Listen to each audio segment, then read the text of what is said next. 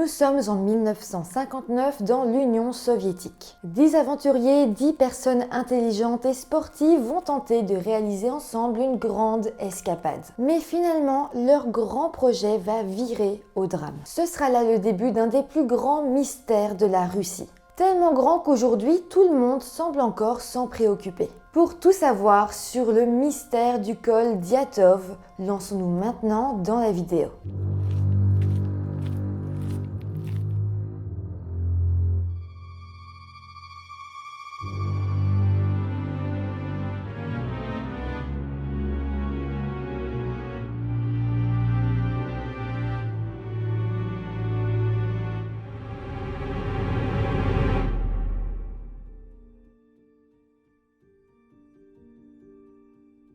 Hello tout le monde, j'espère que vous allez bien. Aujourd'hui, je vous retrouve avec une vidéo un petit peu différente. C'est un ami qui m'a parlé de cette histoire. J'ai donc lu plusieurs articles sur l'affaire et vraiment, j'ai trouvé ça totalement dingue. Je sais que c'est une histoire connue, mais personnellement, j'avais envie de vous la raconter, de vous raconter toutes les théories qu'il y avait avec et surtout comme la théorie finale parce que ce mystère est aujourd'hui vu comme résolu. Vous allez voir, je pense que ça va vous intéresser et si vous connaissez déjà cette histoire, j'espère vous apprendre de toutes nouvelles choses. Avant de commencer, comme d'habitude, je vous rappelle de vous abonner à ma chaîne, ce n'est pas encore fait. Merci beaucoup à tous ceux qui s'abonneront, merci à tous ceux qui sont déjà abonnés. Et maintenant que tout ça est dit, eh bien ne tardons plus et lançons-nous dans cette affaire. Pour commencer, parlons d'Igor Diatov. Il est né en 1936 en Union soviétique, près de la ville de Yekaterinbourg. Petite parenthèse, il va y avoir des villes russes, des noms russes. Je fais mon maximum pour dire ces noms de la manière la plus correcte possible, mais je ne parle pas russe et donc c'est assez compliqué. S'il vous plaît, soyez donc indulgents. En tout cas, dès son plus jeune âge, Igor était un bricoleur, un inventeur et un passionné de la nature sauvage. Enfant, il adorait camper et construire des radios. En 1957, Igor avait alors 21 ans et c'est vrai qu'à cette époque, il avait des rêves plein la tête. Cette année-là d'ailleurs, l'Union soviétique avait lancé le satellite Sputnik, qui était tout de même le premier grand engin placé en orbite autour de la Terre. Et ça avait alors beaucoup inspiré Igor, qui avait alors décidé de construire un très grand télescope pour pouvoir observer ce satellite avec ses amis. À cette époque, Igor était en fait étudiant en ingénierie dans l'une des principales universités techniques du pays, appelée UPI, et qui avait pour but de former des ingénieurs de haut niveau pour ensuite les envoyer travailler dans tout ce qui était nucléaire et dans l'armement. Alors, au cours de ces années à l'université, Igor avait d'ailleurs dirigé un certain nombre d'expéditions dans la nature. Souvent, c'était même dans des températures extrêmes et lui-même concevait les équipements pour pouvoir survivre. C'était donc vraiment son milieu, c'était quelque chose qu'il adorait faire et il savait vraiment comment survivre dans des milieux assez arides. Et il savait vraiment survivre dans des milieux assez compliqués. En tout cas, un an plus tard, à l'année 1958, Igor a alors eu l'idée de planifier une expédition hivernale assez spéciale. On était dans un moment de l'histoire où l'Union soviétique se portait quand même assez bien. C'était vraiment l'ère de la progression, l'ère où on se disait que tout était possible et Igor était lui aussi dans cette mentalité. Il a alors eu l'idée de faire quelque chose que personne n'avait fait avant lui. Il voulait se lancer dans un voyage en ski de fond dans l'Oural, qui est en fait une chaîne de montagnes en Russie qui sépare d'ailleurs l'Asie de l'Europe continentale. Il avait en tête de parcourir 320 km en ski dans un itinéraire qui n'avait jamais été parcouru par aucun Russe. C'était un chemin au milieu des montagnes où il y avait d'ailleurs de très grosses pentes qui s'élevait au-dessus d'une vaste forêt. Mais le défi ici, c'était pas vraiment le terrain, mais plutôt les températures extrêmement froides et surtout la neige épaisse qu'il y avait et les vents extrêmement violents. Évidemment, il ne pouvait pas y aller seul et donc il a décidé de se créer une équipe d'aventuriers. Il a donc parlé de son projet au club sportif de l'UPI, donc l'université où il était, et le club a trouvé que l'idée était assez chouette et ils ont alors approuvé son projet sans hésiter. À présent, je vais donc vous détailler toute l'équipe d'aventuriers. Dans un premier temps, Igor a recruté l'une de ses camarades de classe qui s'appelait Zina Kolmogorova et qui avait 22 ans à ce moment-là. Il a également fait appel à Georgi Krivanichenka, âgé alors de 23 ans et qui était l'un de ses amis proches. Il avait d'ailleurs été diplômé de la même université que lui 2 ans auparavant et il travaillait à présent comme ingénieur au complexe nucléaire de Mayak. C'était une ville secrète à l'époque. Va s'ajouter à ce petit groupe deux autres jeunes diplômés de l'UPI. Le premier s'appelait Rustem Slobodin et puis il y avait Nikolai Thibaut Brignol qui était en fait lui d'origine française et dont le père avait travaillé des années pour Staline. Avec eux, il y avait également quatre autres jeunes qui étaient eux encore étudiants dans l'université. Le premier était Yuri Yudin, âgé de 21 ans. Il y avait également Yuri Doroshenko, âgé lui aussi de 21 ans, ainsi que Alexander Kolevatov, âgé de 24 ans, et finalement Yuda Dubinina, qui n'avait que 20 ans et qui était donc la plus jeune du groupe. Elle était étudiante en économie, mais était également une grande athlète d'athlétisme et une fervente communiste. Elle était aussi très coquette et portait toujours des rubans en soie dans ses cheveux blonds tressés. L'équipe de 9 était à présent formée, ils s'apprêtaient à partir, mais un jour avant le départ, le club sportif de l'université d'UPI a décidé d'ajouter un nouveau membre. Ce 10e membre du groupe n'avait rien à voir avec eux et d'ailleurs il était bien plus âgé qu'eux. Il s'agissait d'un certain Simeon Zolotaryov, âgé de 37 ans, qui était un vétéran de la Seconde Guerre mondiale et pour vous le décrire physiquement, il avait une grosse moustache, des couronnes dentaires en acier et pas mal de tatouages. Donc c'est vrai qu'il ressemblait pas du tout aux autres membres de l'équipe, il a vraiment été imposé et il est arrivé un peu comme un cheveu dans la soupe. Mais bon, tout le monde avait très hâte de faire ce périple et évidemment il s'est vite intégré au groupe. À présent, venons-en à la journée du 23 janvier 1959. C'est le jour où l'équipe de 10 a quitté la ville de Yekaterinbourg pour se lancer dans son périple. Tout d'abord, ils ont donc pris un train et dès ce moment-là, l'ambiance était très festive. D'ailleurs, on sait que certains se sont même cachés sous les sièges du train pour éviter de payer un billet de train. Mais bon, heureusement, ils ne sont pas fait prendre, donc ils n'ont pas eu de problème. Par contre, lors d'une escale, Georgi s'est mis à jouer de sa mandoline dans la gare et a même fait semblant de mendier. Tout le monde s'amusait, il faisait un peu des bêtises, et là ils ont eu un petit problème avec la police qui l'a un peu rappelé à l'ordre. Mais rien de grave. C'est des détails et d'ailleurs si vous vous demandez comment on est au courant d'autant de choses, c'est parce que pas mal des participants tenaient un journal de bord. De plus, certains avaient même pris des appareils photo avec eux et sur les photos retrouvées, eh bien on pouvait vraiment tous les voir très heureux et on sentait vraiment qu'ils faisaient ce qu'ils aimaient et que tout allait pour le mieux. En tout cas, après 2 jours de train, le groupe est arrivé dans la ville d'Ivdel, qui était une ville assez isolée qui abritait à l'époque un camp de prisonniers. Le groupe n'y est pas resté très longtemps, ils ont dormi une nuit et le lendemain, ils ont alors pris le bus. Et puis après ça, pour continuer encore leur route, ils sont montés à l'arrière d'un camion d'un bûcheron. Et encore après ça, pour continuer encore un petit peu plus loin, ils ont enfilé leurs skis et ils se sont accrochés à un traîneau tiré par des chevaux et ils ont encore fait quelques kilomètres comme ça. Finalement, c'est enfin le 27 janvier 1959 qu'ils se sont installés dans un camp forestier abandonné. Ce camp s'appelait Sigand Northern et il situait vraiment au nord de l'Oural, donc l'Oural, la chaîne de montagnes dont je vous ai parlé. Là, il faut quand même se dire que leur vrai périple n'avait pas encore commencé, ils étaient arrivés comme au point de départ. Ils avaient alors comme but de dormir une nuit sur place et le lendemain, ils allaient vraiment se lancer. Mais voilà, Yuri Yudin, qui était l'un des jeunes hommes encore étudiants, va avoir une poussée de sciatique et a donc dû rebrousser chemin. Il ne le sait pas encore, mais cette sciatique lui a clairement sauvé la vie. Mais en tout cas, le lendemain, le groupe de 9 à présent a alors commencé le long périple. À ce moment-là, ils n'avaient donc qu'un but en tête, atteindre la montagne nommée Otortem. C'était donc l'une des montagnes qui composait l'Oural. Depuis le début, leur but était donc de rejoindre le sommet de cette montagne et puis de le redescendre. En fait, le plan de base était que leur voyage dure 2 semaines et à la fin, ils devaient arriver dans le petit village de Vizey et la date prévue était le 12 février. Une fois arrivés dans ce village, le but était qu'ils envoient un télégramme au club sportif de l'UPI, donc l'université, pour dire qu'ils étaient en sécurité et que tout s'était bien passé. Mais je vous le dis d'ores et déjà, l'UPI ne recevra jamais ce télégramme. En fait, lorsque la date du 12 février est arrivée, le club sportif de l'UPI s'est bien dit que c'était étrange qu'il n'ait pas reçu de télégramme, mais d'un autre côté, c'était un voyage tellement compliqué que bah oui, c'était possible qu'ils aient 1 jour ou 2 de retard, donc dans un premier temps, ils ne se sont pas inquiétés. Mais voilà, ils vont tout doucement être inquiets lorsqu'ils vont découvrir un rapport faisant état d'une forte tempête de neige dans les montagnes. À partir de là, ils se sont quand même dit que la situation paraissait assez compliquée, qu'il y avait quand même de grandes chances que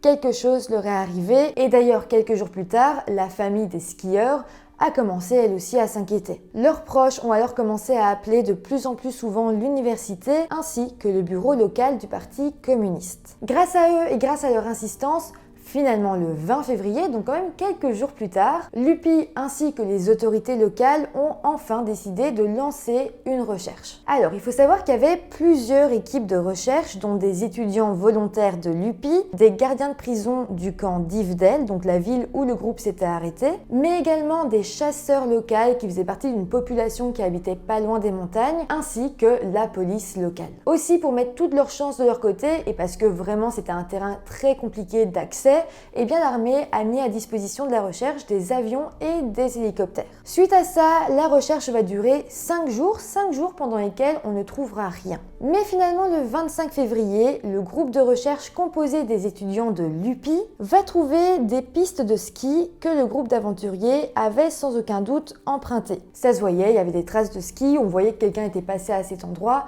Et donc évidemment, ça ne pouvait être que le groupe de skieurs. Je reprécise bien, mais c'est un endroit qui était très difficile d'accès et personne ne se rendait là-bas. Donc à partir du moment où cette piste a été trouvée, la recherche s'est vraiment concentrée à cet endroit. Et puis finalement, le lendemain, le 26 février 1959, les chercheurs vont retrouver la tente qui avait été dressée par le groupe des 9 skieurs. Elle se trouvait à 10 km au nord de la montagne Ortotem, donc là où ils avaient prévu d'aller depuis le début. La tente avait en fait été montée au-dessus de la limite des arbres sur une montagne assez isolée et d'ailleurs par les locaux, cette montagne était appelée la montagne morte. En tout cas, en retrouvant cette tente, on comprend que les skieurs ne s'étaient pas éloignés de leur itinéraire, ils étaient toujours bien sur la ligne qu'ils devaient prendre pour arriver au sommet. On verra qu'ils avaient essayé de monter leur tente à un endroit stratégique, c'est-à-dire vraiment à l'abri du vent. Mais voilà, autour de la tente, eh bien, les chercheurs ne trouveront pas la moindre trace des 9 skieurs. Par contre, on va voir directement qu'il y avait eu un problème. La tente était en fait effondrée et une grande partie était même ensevelie sous la neige. Ça montrait donc que la tente avait été abandonnée depuis un moment. Pour le moment, personne ne savait vraiment quoi faire de cette information, mais ce qu'on s'est dit, c'est que la tente avait sans doute été abandonnée depuis un moment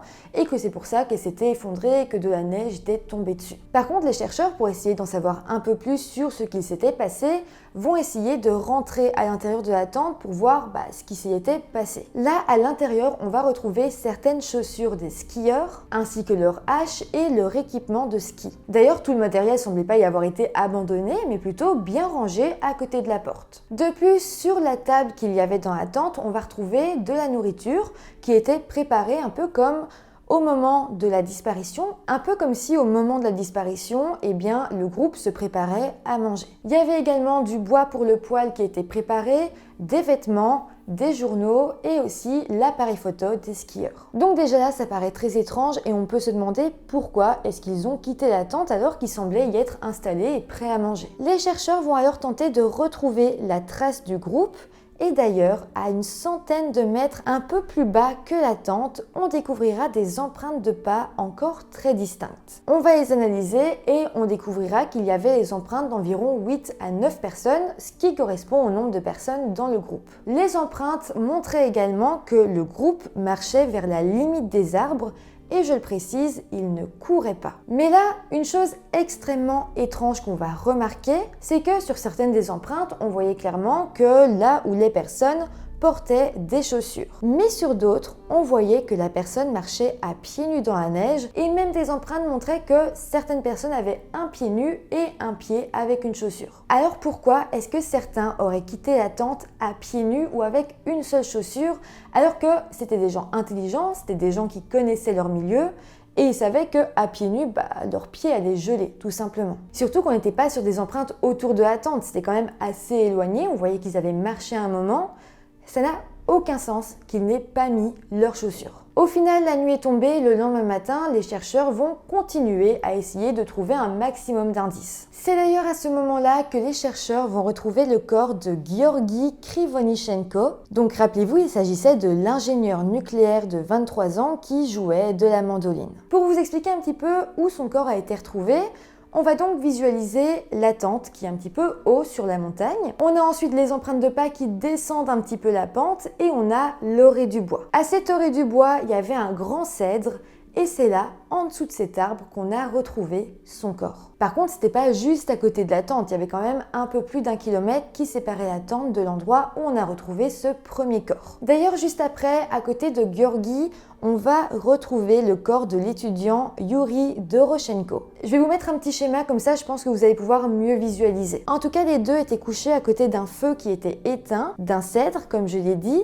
et ils étaient vêtus uniquement de sous-vêtements. Ça veut donc dire que quelqu'un ou plusieurs personnes avaient fait un feu, et d'ailleurs un petit peu plus loin, on va retrouver un petit tas de branches cassées. Mais ce n'est pas tout, à côté d'un autre arbre qu'il y avait à proximité, on va retrouver sur l'écorce des morceaux de chair humaine ainsi que des morceaux de vêtements arrachés. En tout cas, tout ça rendait réellement la scène presque surréaliste. Par la suite, le corps d'Igor, donc celui qui avait lancé l'idée de ce voyage, ainsi que celui d'Alexander Kolmogorova, un des autres étudiants, ont ensuite été retrouvés proches de la tente, comme si eux avaient essayé d'y retourner mais avaient échoué. Donc là, la situation, c'est qu'on a la tente qui est ensevelie, le groupe qui a fui, qui est parti vers la forêt, 2 sont décédés près d'un feu, et 2 autres ont comme essayé de retourner à cette tente, mais sont morts en chemin. En tout cas, les 4 corps ont été autopsiés, et déjà, Gueorgui, donc celui retrouvé en sous-vêtements près du feu, avait les doigts noircis et des brûlures au 3e degré sur un tibia et sur un pied.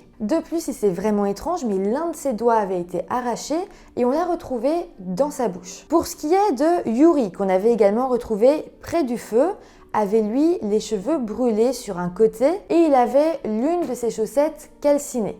Je rappelle, on l'a retrouvé seulement en caleçon et en chaussettes. Pour ce qui est du corps d'Igor et d'Alexander, il n'y avait pas vraiment de brûlure ou quoi que ce soit, ils semblaient être morts de froid. Par contre, sur les 4 corps, on a quand même retrouvé des contusions, des écorchures, des égratignures et même des coupures. En tout cas, après ça, les recherches vont encore continuer et on a fini par retrouver le corps de Rustem Slobodin, le jeune diplômé, et lui aussi se trouvait sur la pente qui ramenait à la tente. En soi, il se trouvait très proche du corps de Gueorgui et d'Igor, donc ils semblaient être tous les 3 au moment où ils sont décédés. Simplement, on a retrouvé son corps un petit peu plus tard. Lui, on l'a retrouvé avec une chaussette sur un pied et un chausson sur l'autre pied. De plus, à l'autopsie, on verra qu'il avait une légère fracture du crâne.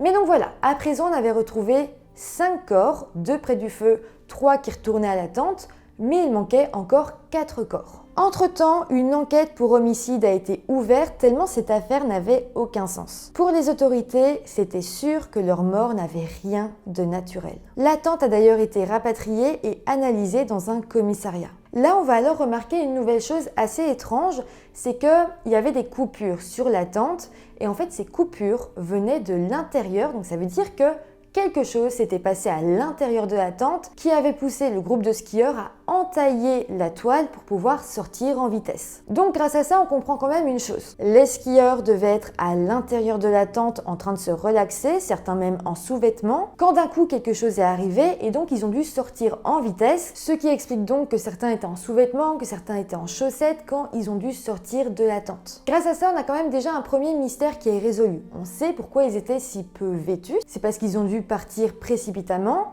Par contre, on ne sait pas pourquoi ils sont partis précipitamment. Par contre, une chose est sûre, c'est qu'il y avait selon eux un plus grand danger à rester dans la tente qu'être dehors dans le froid glacial en sous-vêtements. Autrement dit, il devait se passer quelque chose de très grave. L'enquête s'est ensuite poursuivie et au début du mois de mai, la neige sur le terrain a un petit peu commencé à fondre et donc les recherches sur place ont repris. C'est finalement dans les bois, proches de là où les corps avaient été retrouvés, qu'un chasseur avec son chien va tomber sur une sorte de petit refuge fait en neige. À l'intérieur, sur des branchages, il va d'ailleurs y retrouver des morceaux de vêtements en lambeaux et éparpillés. Il y avait un pantalon de survêtement en coton noir dont la jambe droite avait été coupée et également la moitié gauche d'un pull féminin. Déjà là, c'était de nouveau une scène très bizarre. Suite à ça, une réelle équipe de recherche est arrivée et c'est là qu'ils vont retrouver les 4 corps restants. Les 4 corps étaient allongés ensemble sur des roches sous plusieurs mètres de neige, comme s'ils avaient été enterrés. Les corps seront autopsiés et on découvrira que Yuda Dubinina, donc la plus jeune de l'équipe, ainsi que Semyon Zolotaryov, qui lui était le plus âgé de tous, avaient tous les deux eu la poitrine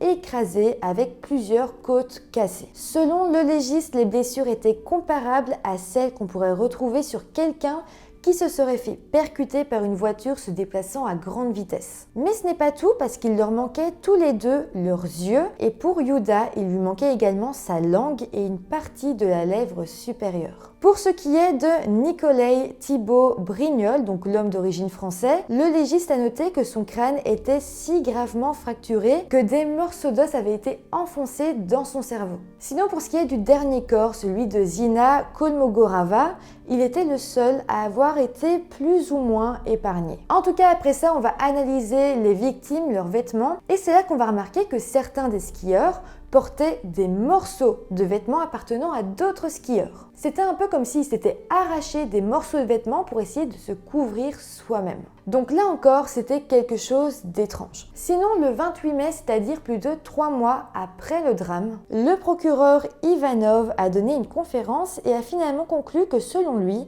il ne s'agissait pas d'un homicide. Si vous trouvez cette déclaration bizarre, je vous rassure, tout le monde à l'époque a trouvé ça étrange parce que plus on avançait dans l'enquête, plus les choses étaient bizarres, plus on semblait qu'il y avait quelque chose de pas normal.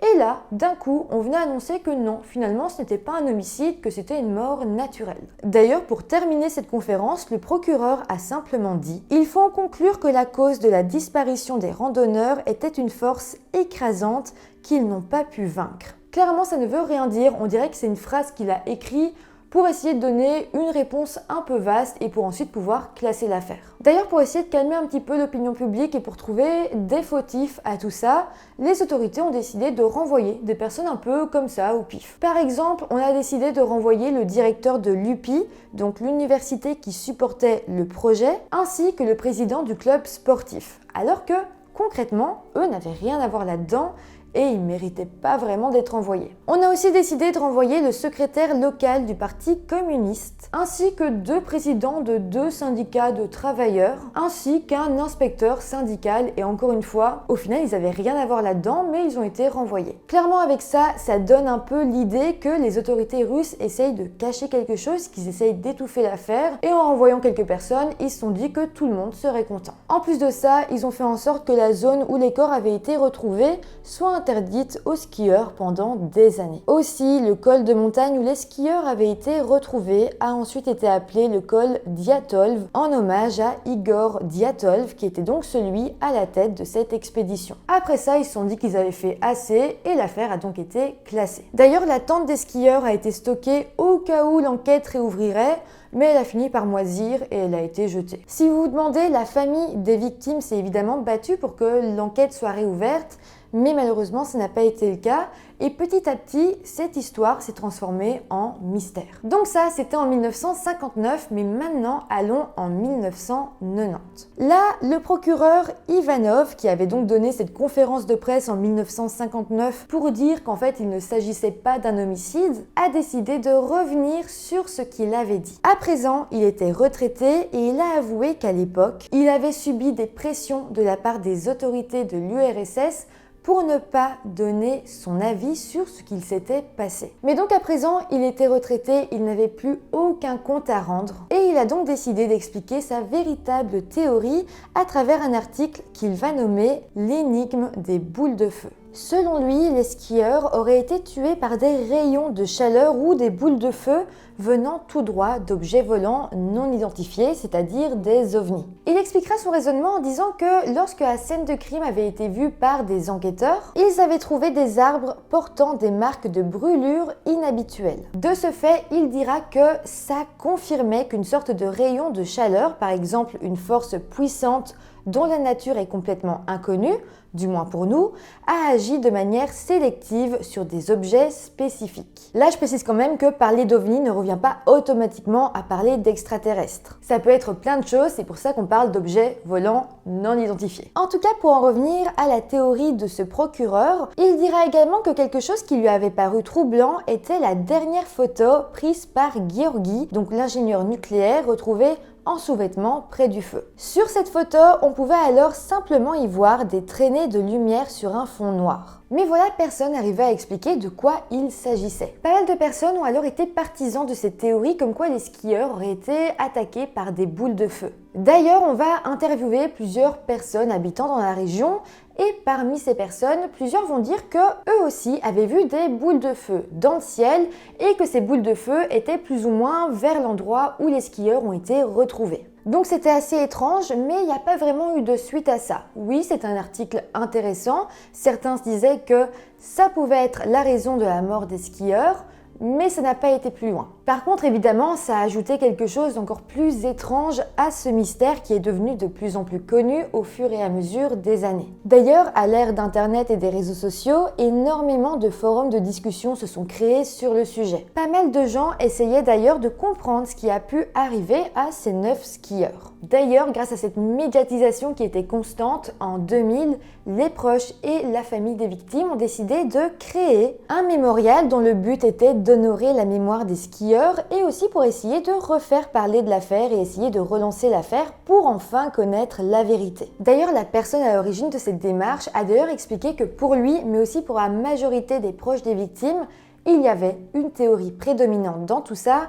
Et clairement, cette théorie fait froid dans le dos. Selon cette théorie, les skieurs seraient morts à cause de l'armée de l'URSS. En fait, à cette époque, les services secrets et l'armée faisaient une sorte de course au progrès, notamment avec les États-Unis. Et il est fort possible que les skieurs se soient rendus dans une zone qui était exploitée pour essayer de nouvelles armes, un lieu qui était encore tenu secret à l'époque. On n'a aucune preuve, mais c'est vrai que les proches des victimes privilégient cette théorie. Ils pensent même qu'il s'agirait d'un lancement de missiles qui aurait mal tourné, qui aurait alors infligé de graves blessures à certains skieurs et les aurait forcés à fuir leur tente. Ok, ça c'est leur théorie à eux, mais les autorités russes ont elles une autre théorie encore. Selon eux, il est également tout à fait possible que les skieurs aient été tués par des espions américains avec des armes de pointe. Je me dis, c'est normal dans ce cas-là que les autorités russes se disent « Ah, c'est pas à cause de nous, c'est à cause des États-Unis » et que les familles des victimes, eux, se disent que c'est plutôt à cause de la Russie. Mais dans tous les cas, comme je vous l'ai dit, ça ne reste que des théories, rien n'a été prouvé. Mais en tout cas, pendant très longtemps, et même encore aujourd'hui, des gens soutiennent la théorie comme quoi ce sont des armes, sans doute nucléaires, qui ont tué les skieurs. D'ailleurs, rappelez-vous qu'au début, les 9 skieurs étaient en fait un groupe de 10. Mais voilà, Yuri Yudin avait dû abandonner à cause de sa sciatique. Et bien, après le drame, lui aussi a donné son avis et a soutenu que la mort de ses amis n'était pas naturelle. Il est finalement décédé en 2013, mais avant sa mort, il a déclaré qu'il était finalement persuadé que ses coéquipiers avaient été extraits de leur tente sous la menace d'une arme et assassinés par la suite. Il soutiendra également que selon lui, les assassins devaient sans aucun doute faire partie des forces militaires et qu'ils avaient sans doute coupé la langue de Yuda Dubinina, donc la plus jeune du groupe, parce qu'elle était la plus franche. Dans sa théorie, peut-être qu'ils auraient vu quelque chose qu'ils n'avaient pas dû voir et que c'est donc pour ça qu'on les aurait assassinés. Dans tous les cas, suite à ça, une chose est sûre, c'est que tout le monde va commencer à se dire que la mort des skieurs était la faute de l'armée russe. Soit ils avaient été tués directement avec une arme à feu, soit il s'agissait d'un accident à cause des armes qui étaient testées sur le territoire. D'ailleurs, en 2013, de nouvelles informations vont parvenir. Un nouveau membre du bureau du procureur général qui était en fonction au moment du drame va décider de prendre la parole. Et il expliquera qu'au moment des faits, les autorités de l'URSS lui avaient donné l'ordre de vérifier les radiations des objets récupérés sur la scène de crime. Là, ça pourrait donc sous-entendre que les autorités savaient que des armes nucléaires étaient testées dans les environs. D'ailleurs, les tests de radioactivité reviendront positifs sur les objets et vêtements appartenant au groupe des 9 skieurs. Donc là encore, c'est une preuve en plus pour soutenir cette théorie d'armes secrètes testées sur le territoire. D'ailleurs, en 2008, un morceau de métal avait été trouvé dans la région où les skieurs avaient été retrouvés décédés. Selon la fondation Diatov, qui a d'ailleurs pris possession de cet objet, le métal ferait partie d'un missile soviétique et ce missile pourrait donc être la cause de la mort du groupe de skieurs, mais aussi de la radioactivité retrouvée sur leurs affaires. Donc voilà, tout ça est vraiment très bizarre et d'ailleurs rappelez-vous que c'est seulement en 2013, au moment où ce procureur a pris la parole, qu'on a vraiment commencé à se dire que la radioactivité, que le nucléaire devait avoir une place à jouer dans tout ça. Mais donc ce procureur qui a pris la parole sur tout ça, il faut savoir que par la suite, il a envoyé une lettre à ses patrons du bureau du procureur. Suite à cette lettre, ses patrons ont tenu à le voir en personne et ils lui ont alors ordonné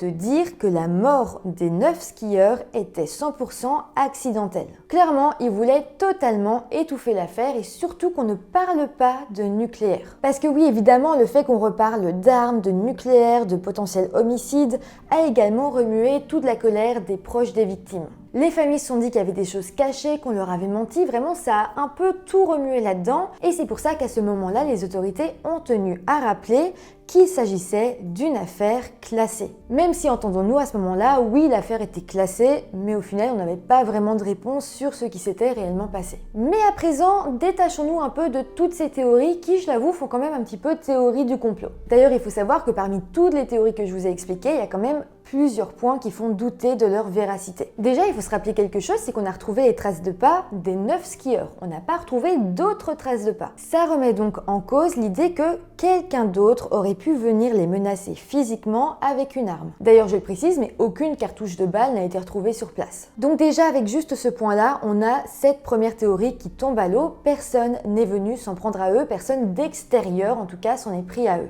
Par contre, même si effectivement ça ferme une porte à une hypothèse, ça apporte d'autres questions. En fait, il y avait beaucoup de choses qui pouvaient être expliquées par le fait que quelqu'un aurait pu venir s'en prendre à eux. Par exemple, il faut se rappeler que certains ont eu des cages thoraciques écrasées, des crânes cassés, ils ont été retrouvés enterrés sous la neige, il y avait un feu de feu juste à côté des corps des victimes, quelque chose les a poussés à sortir de la tente en panique. Je veux dire, il y a énormément de choses où on peut se dire, si personne de l'extérieur n'est venu les voir, qu'est-ce qui s'est passé? Comment ça se fait qu'ils ont eu autant de blessures? Clairement, la façon dont ils ont été retrouvés montre qu'on était loin d'une mort naturelle. Mais voilà, je le répète, mais aucune autre trace que les leurs ont été retrouvées. Mais en tout cas, à présent, on va essayer d'écarter une nouvelle théorie, c'est la théorie du nucléaire, parce que là encore, c'est discutable sur un point. En fait, à la base, on se disait qu'il y avait sans doute une base secrète de l'URSS qui fabriquait des armes et que quelque chose avait explosé, qu'il y avait eu un problème et que les skieurs en avaient été la victime. Le problème, c'est que là, on est en 2024 et on n'a toujours pas retrouvé la moindre trace d'une base militaire dans les environs. Je veux bien qu'à l'époque de l'Union soviétique, il y avait beaucoup de choses de cachées, etc. Mais il y a énormément de documents qui ont été déclassifiés depuis et, encore une fois, rien ne prouve qu'il y a eu une base militaire qui aurait pu travailler avec le nucléaire. De ce fait, cette hypothèse peut, elle aussi, être finalement écartée. À ce moment-là, on peut alors se demander pourquoi est-ce que certaines personnes ont parlé de boules de feu, pourquoi un des skieurs a photographié une sorte de lumière passée dans le ciel. Attendez, on y reviendra plus tard. Mais à présent, on va parler d'une nouvelle théorie. Je sais, je dis beaucoup de fois le mot théorie, mais il y a beaucoup de théories. Ok ? Pour celle-ci, on va devoir repartir en 1959. Rappelez-vous, la veille du départ, le groupe de skieurs comptait 9 personnes, mais voilà, le club sportif de l'UPI a décidé de rajouter un 10e participant. D'ailleurs, on ne leur a pas du tout laissé le choix, on leur a vraiment imposé. Il s'agissait donc de Semyon Zolotaryov, qui était plus âgé que tous les autres car il avait 37 ans. Et je le rappelle également, mais Semyon était un vétéran de la Seconde Guerre mondiale. Selon cette hypothèse, Semyon était en réalité un membre du KGB, donc les services secrets russes, et il est fort possible même que 2 autres membres du groupe soient également ses complices. À ce moment-là, on part dans une explication assez tirée par les cheveux, mais on imagine que ces 3 membres du KGB auraient fait croire à la CIA, qui est donc les services secrets américains, qu'ils étaient des agents doubles. Ils auraient donc organisé une rencontre avec eux pour, soi-disant, leur échanger des informations secrètes sur l'URSS. C'est là qu'ils auraient intégré le groupe de skieurs pour avoir un mobile pour partir loin afin de rencontrer les membres de la CIA. Alors, si on suit cette théorie, les 3 membres du KGB n'étaient en réalité pas du tout des agents doubles. Ils se seraient en fait fait passer pour tels pour donner de fausses informations à la CIA. C'était soi-disant ça le plan.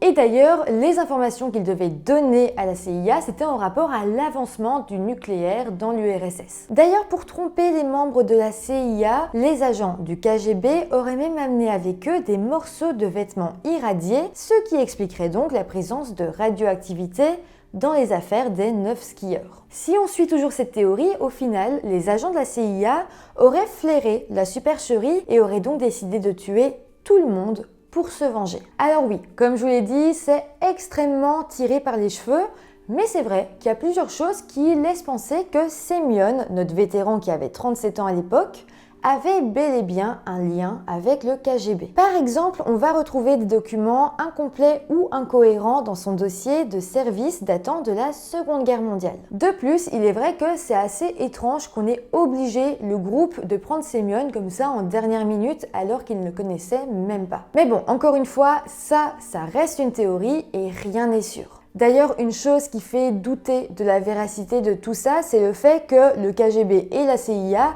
aient choisi ce lieu de rendez-vous qui est un lieu extrêmement compliqué d'accès.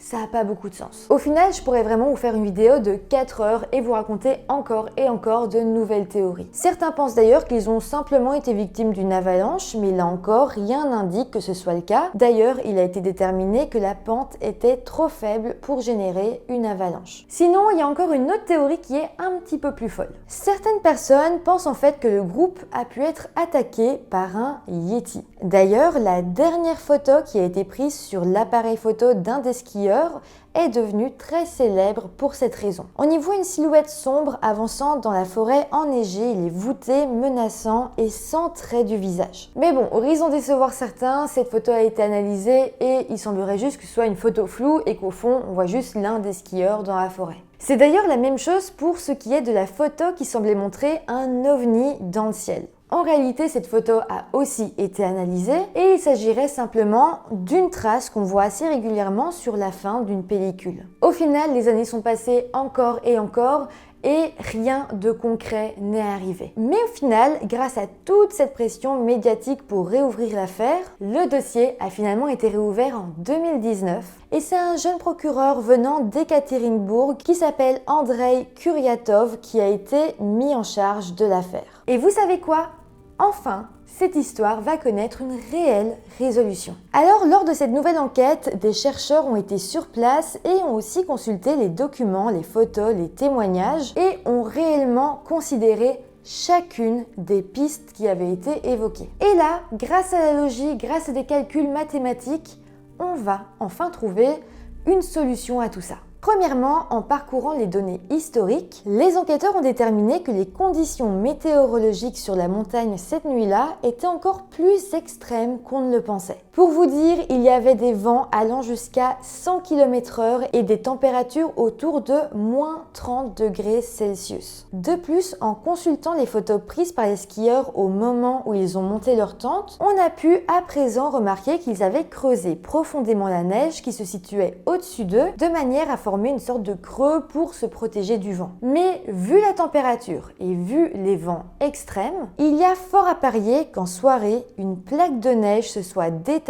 de la pente au-dessus d'eux et ait finalement enterré une majeure partie de leur tente. Alors, je vous épargne tout le côté mathématique, mais sachez en tout cas que des experts ont fait des calculs sur base de photos, de inclinaison de la neige, et c'est comme ça qu'ils ont pu avoir la confirmation qu'effectivement, une plaque de neige s'était bel et bien détachée, ce qui avait enseveli la tente. Donc là, on peut s'imaginer, les skieurs se délassaient, certains étaient en sous-vêtements, certains en chaussettes, ils préparaient le souper, quand d'un coup, ils se sont retrouvés ensevelis et c'est à cause de ça qu'ils avaient été obligés de trouer la toile de l'intérieur et de sortir rapidement. Cette théorie, c'est donc la dernière officiellement présentée par les autorités russes. Et sachez donc que c'est maintenant la version officielle des faits. Donc maintenant qu'on sait tout ça, qu'on a en tête toute l'histoire, je vais vous faire la version des faits officielle du début jusqu'à la fin. Je vais donc recommencer dès le début. On imagine que le jour du drame, les skieurs ont planté leur tente et ils ont creusé la neige de manière à se protéger du vent. Ensuite, une fois le travail fini, ils se sont mis à l'intérieur, se sont délassés, ont préparé le souper. Mais voilà, d'un coup, une plaque de neige très lourde est tombée sur leur tente, ce qui les a poussés à partir rapidement. Là, ils étaient à présent tous à l'extérieur, certains à pieds nus, d'autres en sous-vêtements, mais leur principale peur à ce moment-là était qu'il y ait une avalanche. Ils ont donc descendu la pente dans la tempête et se sont dirigés vers l'entrée de la forêt pour tenter d'échapper à cette potentielle avalanche. Mais voilà, au bout d'un moment, oui, ils ont compris qu'il y avait une grosse tempête, beaucoup de neige, etc., mais qu'il n'y avait pas forcément de risque d'avalanche. C'est là qu'ils se sont donc dit qu'ils allaient rentrer à leur tente, mais ils ont vite réalisé également que ils n'avaient pas retrouvé leur chemin, qu'il y avait trop de neige, trop de vent, on voyait rien, donc ils savaient pas du tout comment faire pour revenir à leur point de départ. À partir de là, on imagine qu'ils ont dû avoir un seul but en tête, c'était de faire un feu pour se réchauffer. Comme les arbres étaient humides, un des 9 hommes a dû grimper pour tenter d'avoir les branches les plus sèches et sans doute qu'il a dû tomber, s'écorcher ou quelque chose comme ça et c'est pour ça que sur un des arbres, on a retrouvé des morceaux de chair humaine ainsi que des morceaux de vêtements. En tout cas, après ça, ils ont finalement réussi à allumer un feu. D'ailleurs, on peut imaginer qu'ils étaient très proches du feu pour se réchauffer, ce qui expliquerait que certains se soient même brûlés. Mais malheureusement, à ce moment-là, les 2 skieurs qui étaient le moins habillés sont finalement décédés. C'est pour ça que les 2 premiers corps qu'on a retrouvés, c'était ceux qui étaient près du feu et qu'ils étaient déshabillés. Ça paraît normal qu'ils soient décédés donc en premier. D'ailleurs, rappelez-vous, un des 2 s'était même arraché un doigt avec la bouche. On peut imaginer là aussi que ses doigts étaient congelés et que peut-être il a cédé à la folie sous l'effet du froid. Par la suite, on peut constater que le groupe s'est séparé. Peut-être qu'ils n'avaient pas les mêmes idées, mais en tout cas, les 2 groupes ont essayé de faire comme ils pouvaient pour survivre. D'ailleurs, rappelez-vous, mais on a pu remarquer que tous les skieurs s'étaient comme arrachés des morceaux de vêtements. On a retrouvé les vêtements de l'un sur le corps de l'autre, etc. Là aussi, on peut imaginer que dès que quelqu'un décédait, on lui arrachait ses vêtements pour essayer de se couvrir soi-même au maximum. Mais en tout cas, après la séparation, on imagine que 3 des skieurs, dont Igor Diatolv, ont tenté de rejoindre la tente, mais malheureusement, ils sont finalement morts de froid. Rappelez-vous, on a d'ailleurs retrouvé leur corps sur la pente qui menait à la tente, donc ils étaient dans la bonne direction, mais malheureusement, ils sont morts avant d'atteindre leur tente. Pour ce qui est des 4 derniers skieurs, qui étaient d'ailleurs ceux qui étaient le mieux habillés, ils ont décidé de construire un abri pour y passer la nuit. Mais là, on peut imaginer qu'en allant chercher de la neige épaisse pour terminer la construction de leur abri, ils se sont retrouvés ensevelis. C'est eux qu'on a retrouvés totalement enterrés et pendant très longtemps, on avait donc cru que c'était quelqu'un qui les avait mis sous la neige. On a pu comprendre qu'encore une fois, une plaque de neige était tombée sur eux et d'ailleurs, c'est ça qui leur a brisé la cage thoracique et le crâne. Dites-vous bien qu'ils étaient allongés sur des pierres et que plusieurs tonnes de neige leur est tombée dessus, ce qui explique aussi pourquoi, pour 2 d'entre eux, leur cage thoracique était tellement enfoncée qu'on aurait dit qu'ils s'étaient pris une voiture à grande vitesse. Aussi, pour expliquer le fait que pour certains, leurs yeux manquaient ou même la langue de l'une des jeunes femmes, on imagine ici que c'est à cause des petits animaux qui ont grignoté leur corps petit à petit. Je rappelle d'ailleurs que c'est eux que les enquêteurs ont retrouvés en dernier, donc ça explique pourquoi les animaux avaient eu le temps de s'en prendre à leur corps. Et donc voilà, avec ça, tout paraît logique et on a enfin une histoire qui tient la route. C'est vraiment une théorie qui permet de tout expliquer dans les moindres détails. Enfin, tous les moindres détails à part un. Avec tout ça, on ne sait toujours pas pourquoi de la radioactivité a été retrouvée sur les affaires des campeurs. Mais pour ce point aussi, finalement, les enquêteurs ont pu trouver plusieurs solutions. Dans un premier temps, on apprendra que les petites lanternes de camp qu'ils avaient pris avec eux contenaient de petites quantités d'éléments radioactifs. Si ces petites lampes avaient été cassées sous le poids de la plaque de neige, de la radioactivité avait pu être libérée. Mais on peut aussi expliquer la radioactivité ambiante par des restes de retombées nucléaires venant de l'accident survenu à Mayak, une ville de Russie, en 1957. Là encore, des calculs ont été faits par rapport à la force des vents, etc. Et c'est fort possible que cette zone ait eu des retombées. C'est donc la principale explication pour ce qui est de la radioactivité retrouvée près des skieurs. Voilà, à présent je vous ai raconté une bonne partie de ce qu'on sait de cet incident. J'ai essayé d'être le plus complète possible tout en essayant que ce soit accessible à tous. C'est une histoire compliquée, il y avait beaucoup de trucs mathématiques, beaucoup d'histoires de l'URSS. J'ai essayé de simplifier un maximum, j'espère que ça vous aura intéressé. Aujourd'hui, il y a effectivement des personnes